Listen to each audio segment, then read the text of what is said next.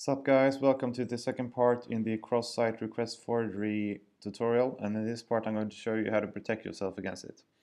So basically what I'm going to do is you want to use a session variable that is set each time you print the page. And it could be anything, but the main point is that it's not the same twice. So I'm using a like a unique ID from PHP, and in this function I print all the posts from the database, and then I set the session variable. I'm using one called CSRF with a unique ID, and you may not be able to use this function because it's kind of depending on which version of PHP you got on a computer, but you have to like implement something else in that case. And the next thing I'm doing is that I'm printing out a different URL with another variable like this. So as you can see, I'm still have the ID of the deleted post, and then I also print out the CSRF variable from the session variable, and this will be unique on each iteration of the page. It'll be same on all the posts, but it'll be unique for each refreshing of the page. And let's save this one and have a look at how it looks in the inspect element part. So if we refresh it, you'll see there's no difference really. But if I take inspect element here, you can see, or for example, if I hover with the mouse over the delete, you can see that down here we have a new variable called CSRF. That's and it ends with CFB, and if I refresh the page, it ends with 622. So it's not the same. It's different on each time I refresh the page. So in the other part of the program, so I got another variable right here. So in the other part, let's save this and go to the index page, and this part right here, let's comment this out right here, and instead let's use this. So I'm just fetching the get variable CSRF, and then I put it into the delete post function.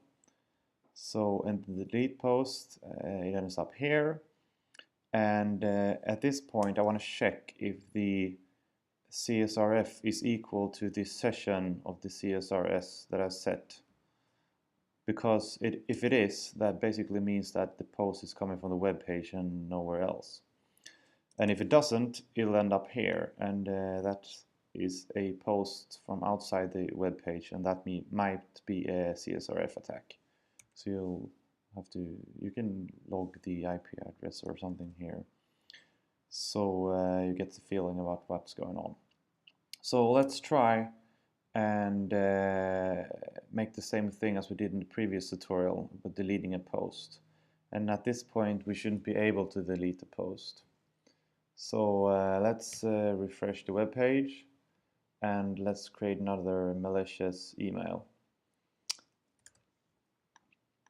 And then you right click, inspect elements, and you should get the HTML right there. You expand it, edit as HTML, and let's copy the URL from here.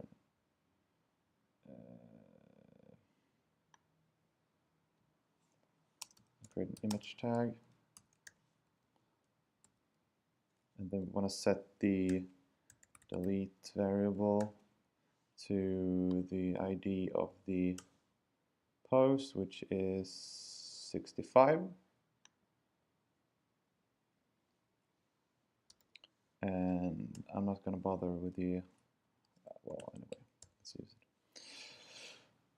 it. And then I'll send it to myself.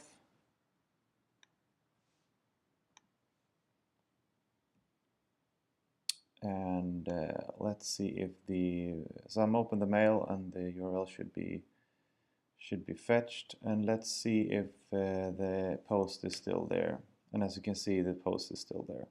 So that's how you validate the input a second time, and validating it so it's coming from the same site So thank you guys for watching and see you in the next tutorial.